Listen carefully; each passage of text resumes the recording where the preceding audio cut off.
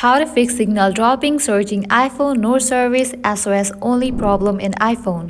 Let's get started. The very first thing you want to do is give fresh restart to your device. For that, launch your settings.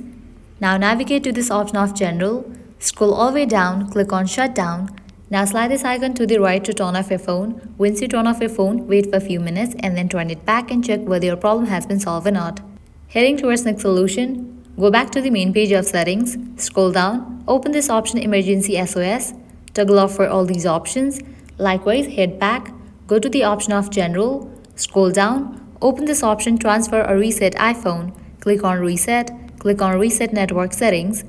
Now type in your phone's passcode over here and continue with the process to reset network settings. Once you do that, you can check whether your problem has been solved or not. If you still encounter this issue, you can first restart your device.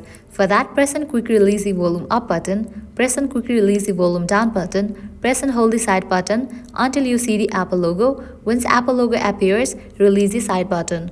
Applying all these solutions, your problem will be fixed. So this is how you can fix signal dropping, searching iPhone, no service, SOS only problem on iPhone.